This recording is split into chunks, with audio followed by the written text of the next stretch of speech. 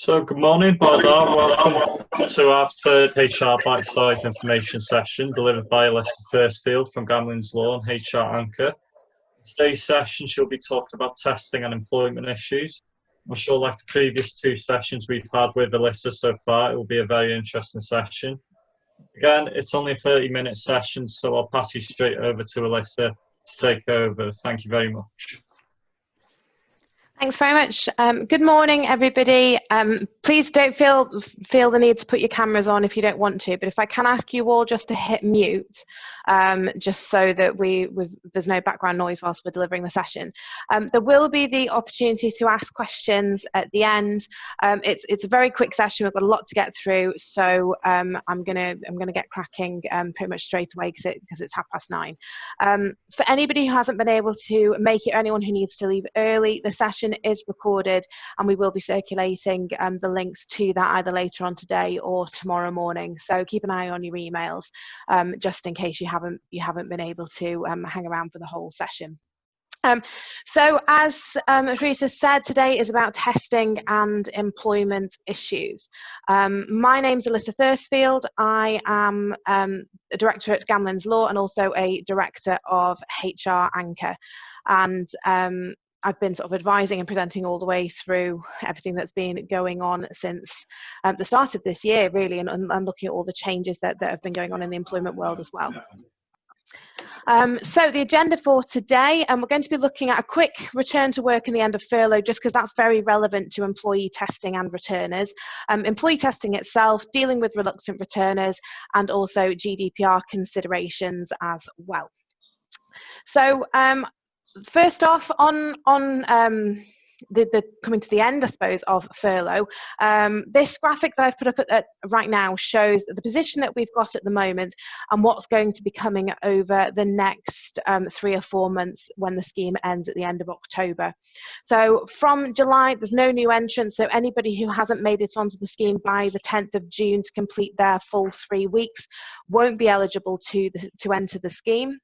The scheme essentially remains the same as it was in June, and employees are going to be able to start returning to work, but employers will be responsible for the pay for the time that has been worked.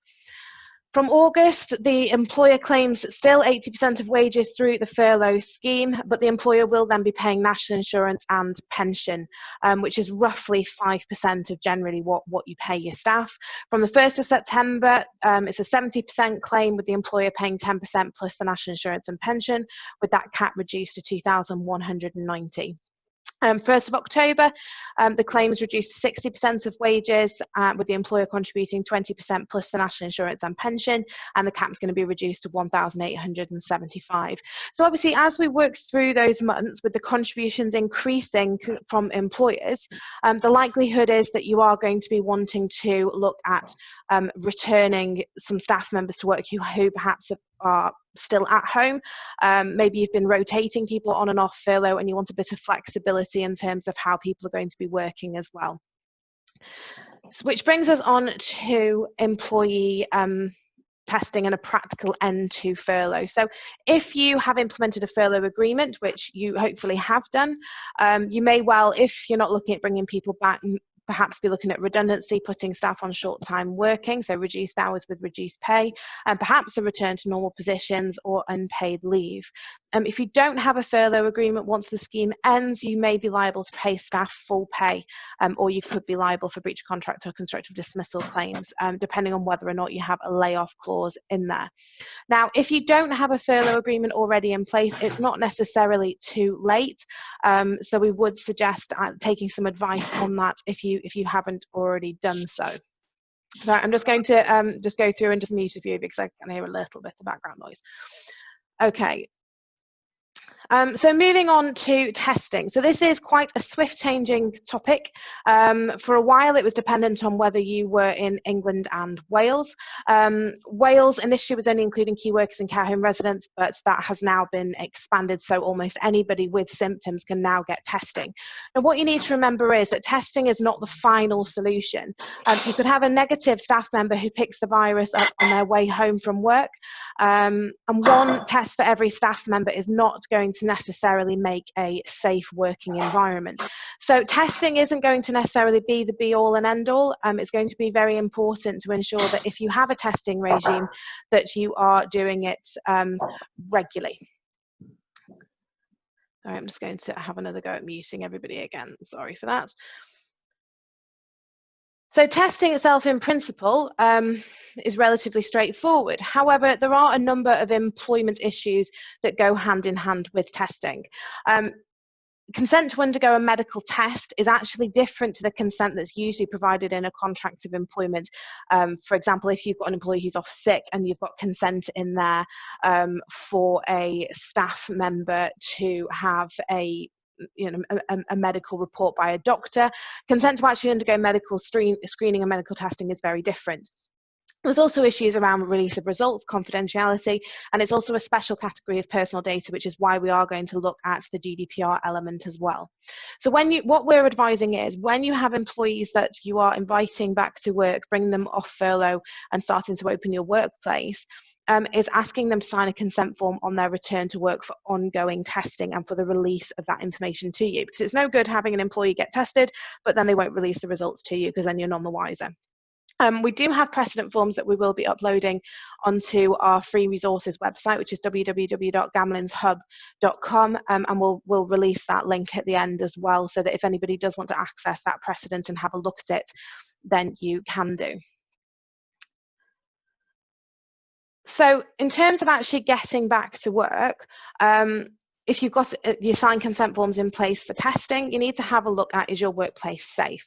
So risk assessments are going to be necessary. Now, we have actually got a session next week with DVSC on risk assessments. So if that's something that you're sort of struggling with, you want a bit of guidance with, or perhaps you just want to see if you're along the same lines of other people and what we consider to be best practice, then don't hesitate to check in next week with us. But just quickly to touch on that, you need to have a review of your workplace. Think about where staff congregate, where they eat, where they drink, and where their shared facilities are. Can staff all come back in at once? Do you need to look at shift patterns, which again, you're going to need staff agreement for that if it's different to the hours that they are contracted to. Do all functions need to be completed on your premises? Can people work from home? And consider rotations on and off working from home as well. Government's guidance so far has suggested things like floor stickers, screens, limited use of communal photocopiers, closing canteens, rules around sharing facilities, people having their own stationery, not sharing stationery, and ensuring that people, where possible, aren't sitting opposite one another, that they either sit side to side or back to back, obviously observing social distancing. Now, social distancing is a really hot topic at the moment. We are waiting to hear from government whether or not that is going to be relaxed, and whether it will be actually relaxed in the workplace, or whether it's only going to be certain situations where those rules are going to be changed. But my suggestion would be ensure that wherever possible at work you are sticking to that 2-metre rule. The reason why I've touched on risk assessments before we get onto reluctant returners is actually really relevant to the arguments that you're going to have with an employee in terms of if someone says they don't want to come back and you're trying to reassure them that the workplace is safe. Having that risk assessment done, having it documented, having consulted with your staff on it and taken a really thorough and open-minded approach to it is going to put you in a much better position when it comes to then potentially, having those difficult conversations with an employee who might be a reluctant returner.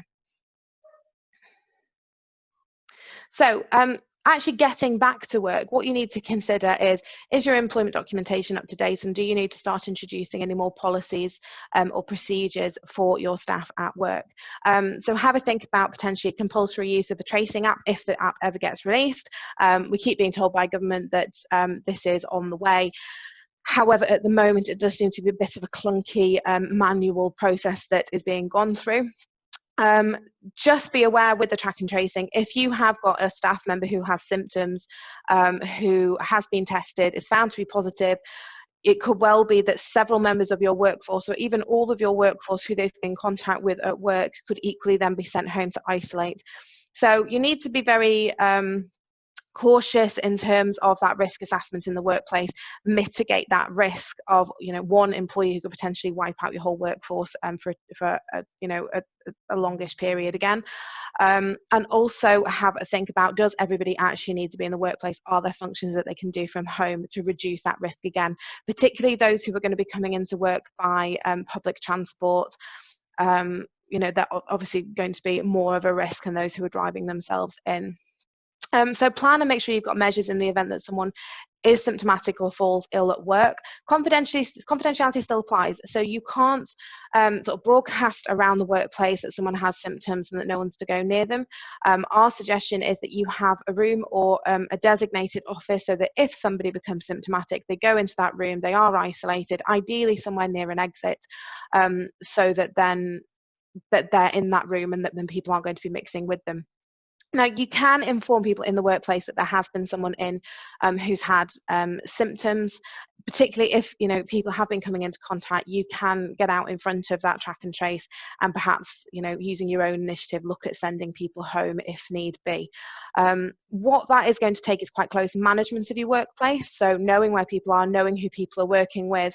If you're not actually aware of that, if you don't know where your staff are and typically who they're going to be mixing with day to day, you need to be going back to that risk assessment and seeing actually if it's been thorough enough, because really with this sort of situation, you do need to know who your employees are coming into contact with day to day so that you can manage that risk properly. Have a think about your measures with your clients and your customers, people coming onto the premises. If you are going to allow people onto the premises, you need to be having a think about your approvals for travel and holidays as well, so mitigating that risk of employees coming back with anything, and then having a look at scheduling annual leave and things like compulsory vaccinations. So these are things that we will cover in future sessions, and that we will have again on Gamlen's Hub. There'll be more guidance with things like that. We also need to have a think about the possibility of a second wave. So whilst you may feel like you're getting to grips with things, people are coming back to work, that you feel things are working quite well, it's important to make sure your documentation is up to date, and even though this has been seen as a once in a generation or even less than that event, the fact that this has happened once, if there is that risk that it could happen again, make sure that your business is prepared for more periods of leave, potentially without that government support and without that furlough support. So it may well be the case that you really do need to be having a think about whether your employment documentation is up to date, and whether you need to introduce a standard furlough policy, a furlough agreement, and things like that for employees to be signing when they're joining you. And even then, when you're having a review of your T's and C's with your staff as well, making sure that any new documentation is consulted on properly and introduced and signed. So what if staff won't come back? Now, this has been the topic of much discussion for a number of weeks. It's something that is likely to touch almost every business. It's something that is certainly not alien to me in terms of the businesses that I've been working with, and even the businesses that I work for. Staff are scared. They are, in some cases, absolutely terrified of leaving their homes. They're worried about bringing things back to their families, and there does seem to be this general reluctance from a large portion of the working society, where people are simply worried about going back to work and getting back to normal. They feel it's too soon. They don't feel that risk has been mitigated because there isn't a vaccination yet. They don't feel that it's safe. Much of that sort of fear mongering has come out of the media, and is likely to continue for some time. So how do we address that? Your business is likely to be highly reliant on staff being cooperative and being flexible during this time, particularly if you're not able to stick to the working patterns that you had before. So if staff won't come back, we suggest a 3-stage process with them. So discuss, reassure, and then warn. So discuss their concerns with them. Find out exactly what it is that is worrying them, reassure them, so take them through the risk assessment, discuss the measures that you have taken in the workplace, why you consider the workplace to be safe, and mitigate those concerns that they have raised. Now, if they're still not prepared to cooperate, if they're still not prepared to come back, at that stage it's appropriate likely to warn them and say, look, you've raised your concerns, these are why your concerns aren't valid, and these are the reasons why the workplace is safe. If you refuse to return to work, then unfortunately there may well be consequences in terms of pay or even disciplinary action. Now, you need to be careful in terms of launching straight into that disciplinary action, which is why we suggest that 3-stage discuss, reassure, warn approach, so that you are engaging with your staff. It could well be that someone has a concern that you haven't thought about in your risk assessment, something that perhaps wasn't something that you realised was going to be worrying people. or indeed they could have a concern that's entirely not relevant, and that there isn't any foundation to that. So getting to the bottom of those issues is going to be important before you get to that warn or even taking action stage. You will need to consider your staff mental health as well. People have been home, if you've still got staff who are on furlough, they've been home for a long time potentially. It's a huge change to their routine. A lot of structure may well have gone out of their life. So you may well have to look at things like phased return, peer support, use of accrued holidays to reduce working weeks and things like that, or even have a look at potentially engaging occupational health to make sure that your staff are supported and that you're taking account of everything like that when it comes to staff returning. Ultimately, if you've assessed the workplace, taken measures to make it safe and approached it reasonably, they must return when they are told to do so. What you do need to be mindful of is health and safety protected disclosures, which we'll come on to in a second. So when you're looking at an employee who just simply will not return, I'm actually dealing with a dismissal of a member of staff at the moment who is absolutely refusing to return to work. Provided you've been through all those steps, you do still need to go through a procedure. Just because we're in a crisis period, it doesn't mean that you can necessarily just dismiss someone and say to a judge in an employment tribunal, well, it was COVID-19, we had a million other things going on, this person just had to go because we needed to get somebody else in and they were refusing to return. That isn't necessarily going to cut it. You still need to go through inviting someone to a meeting if you're either making sure that you're social distancing or that you do it on a virtual basis. If that staff member is refusing to come into work, they're also likely to refuse a face-to-face meeting. So make sure that you have got your tech set up and that you are familiar with the software that you're going to use, and perhaps even have a practice run with one of your managers as well to make sure that it all goes well. Engage in that meeting. As it's something that could result in dismissal, we would always suggest ensuring that a companion can attend. They can dial in digitally as well, but also give them the ability to have private conversations. Now, some of the software does allow you to have private rooms that sort of offshoot the main discussion, or it could well be they need to have the ability to dial on and off if they need to have private discussions at any point. Consider whether dismissal is actually appropriate as a first measure, particularly if it's someone who has been with you a long time, a clean record, that sort of thing, and take into account if they have any mental health issues as well. It could well be that if somebody's refusing to return to work, it's a legitimate reason to take them off furlough and have them on unpaid leave, which in itself could well be the sort of push that they need to get back into the workplace. What you do need to consider is that whilst people have been on furlough and they're still to a large extent still being paid, that they haven't necessarily got that motivation to get back into the workplace when they do feel very safe and secure and financially stable at home. That threat of the unpaid leave, which if they're not on furlough, you would be entitled to put them on, provided it's not prohibited by the contract of employment, could well be a motivator to get them back to work. If you decide to go down the route of unpaid leave first, my suggestion would be that you approach it on the basis that as a first sanction, with them being placed on unpaid leave, they've then got a period where that they have to agree to come back to work. If they then further don't agree to come back, then you could potentially look at disciplinary or dismissal at that point. Now, what you need to be careful of is if someone has said, I'm not prepared to come back to the workplace because it's not safe, I'm refusing to come in because it's not a safe environment, that could be potentially a health and safety protected disclosure, which means if you take disciplinary action on the basis of them having made a protected disclosure, that could be a detriment that they've been put to because they've raised that issue, which could mean that you are facing an unfair dismissal claim, even if they haven't been with you for 2 years, because it's an automatic unfair dismissal. And additional claims as well if they've been with you for more than those 2 years.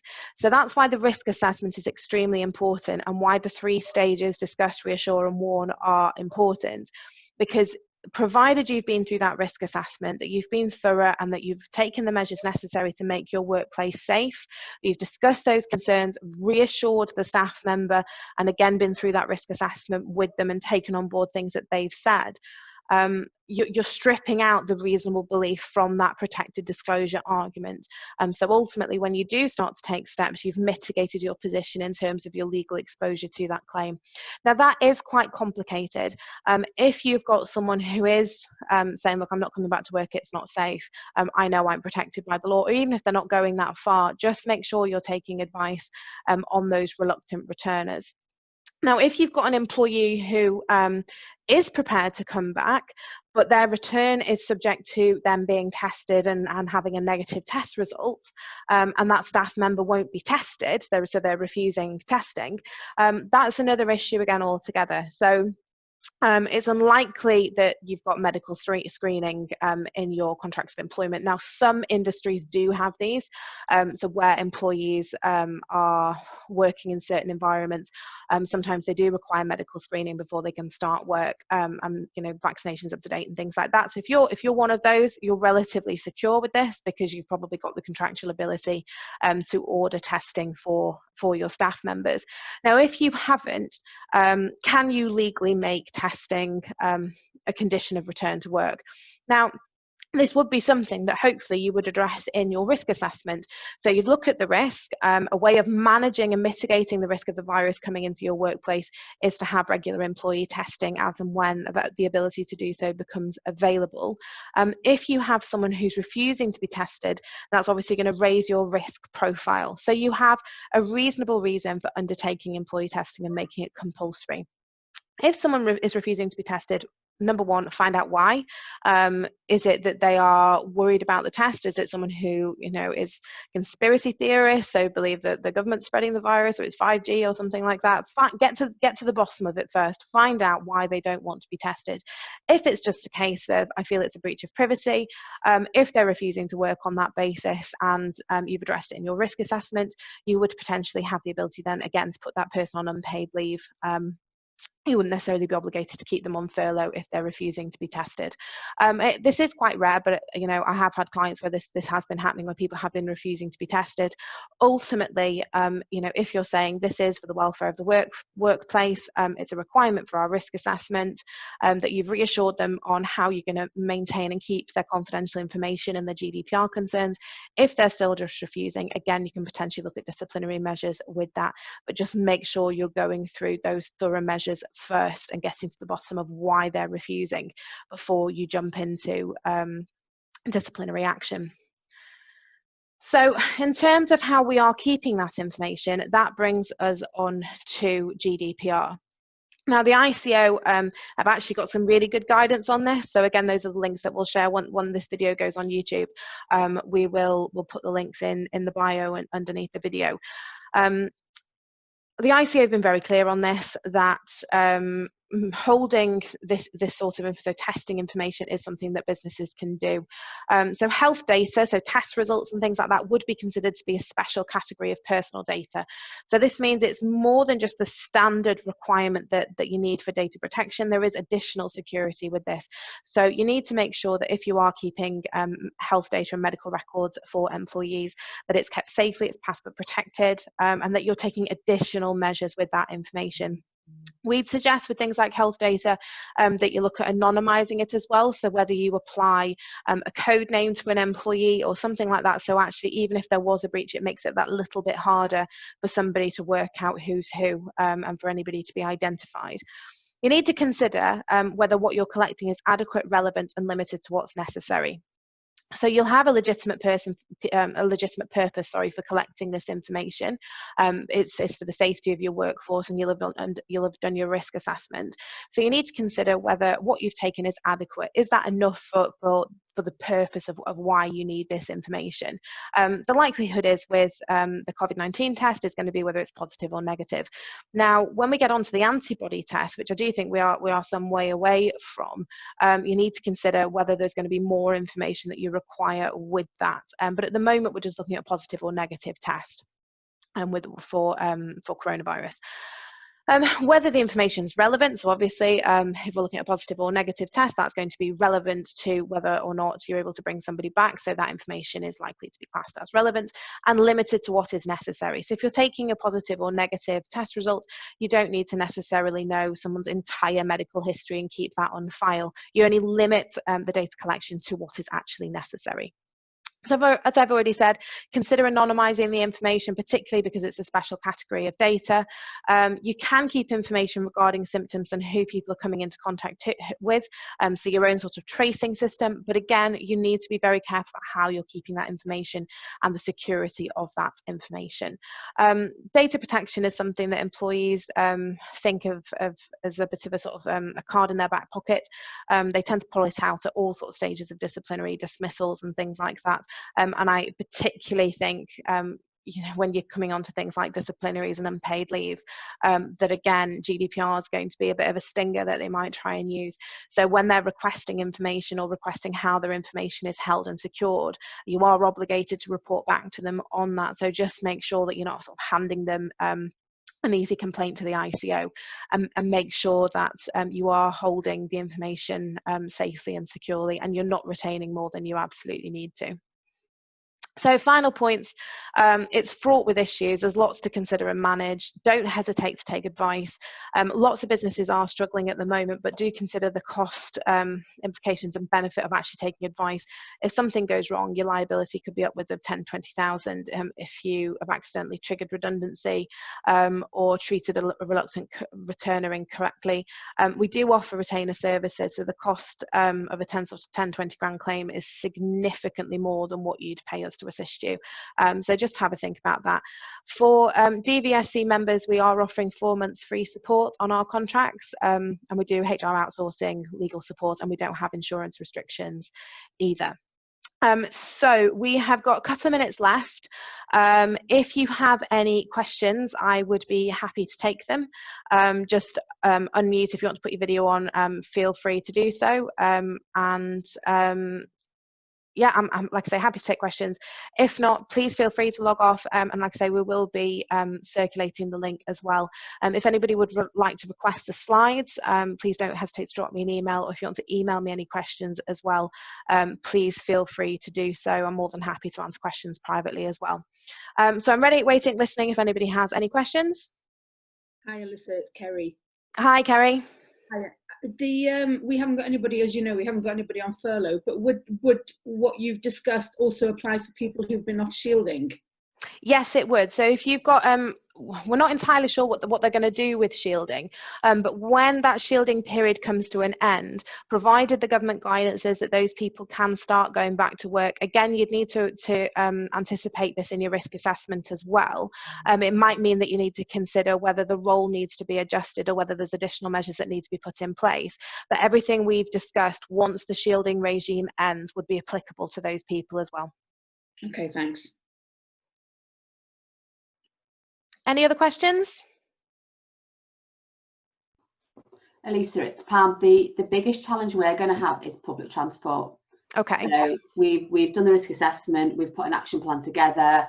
We're not planning on going back to the office just yet. We've shared the action plan with the employees, we've asked for all their feedback, and they're all quite pleased that they think we've covered everything that we need to. But one of the biggest challenges we're going to have is public transport. So even if they think they know the workplace is safe, a lot of our employees travel into London and then travel into Manchester, so they're quite busy routes in. And I think our challenge is going to be people refusing to come back because of public transport. Okay. I mean, just because they're using public transport, that's not necessarily, it doesn't give them sort of a carte blanche to refuse to come back to work. You know, make sure that they've got masks. If they're saying I can't get hold of masks, I can't afford them, have a look to see if you as a business can get hold of some to share out, because I do think in public places now, I think they are requiring people to wear them anyway. So have a look at that. But ultimately, with you guys, if public transport is going to be such an issue, it's likely going to be whether you can implement sort of a rolling testing regime as well, being really careful about people being symptomatic in the workplace and just mitigating that risk as and when you can. What you could potentially look at is consent from employees to do temperature checks when they come to work as well. Even though you can get those contactless temperature checks, that's still seen as a medical test, so you would need consent to do that. But you can say to staff members, look, it's unavoidable, you need to come in, just be mindful of how you're using public transport, and you know, mitigate your risk, use your sanitizers, use your mask. When you come into the workplace, make sure you immediately wash your hands and use a sanitation station as well, and perhaps look at, you know, once you're able to do so, an increased testing regime and thermal checks as well. But it's not necessarily a reason for them just to stay away, because public transport is running, it is an acceptable use. It's just where people can avoid it that they are supposed to avoid it, but not in terms of going to work. Yeah, I mean, we've got the thermal testing, we've got the face masks. I think it is just that challenge of getting on, but you are right. Yeah. Okay, thank you. Thanks, Pam. Anybody else? Okay, well, the half an hour is up. So if anybody did have any questions that they haven't been able to ask, please don't hesitate to drop me an email. I'm here to help. Yeah, please don't hesitate to drop in for the risk assessment session next week. If you've missed the previous two sessions that we've done, so we've had a look at managing a remote workforce. That was our first session, and then we did one on home office issues last week as well. So please don't hesitate to check out Gamlin's Hub. So that's www.gamlinshub.com. I'll circulate that link as well, because all our resources are on there as well. Thank you very much for coming. I hope it's been useful for all of you, and please keep an eye out for any further sessions that we are going to be doing. Okay, thank you very much, everybody.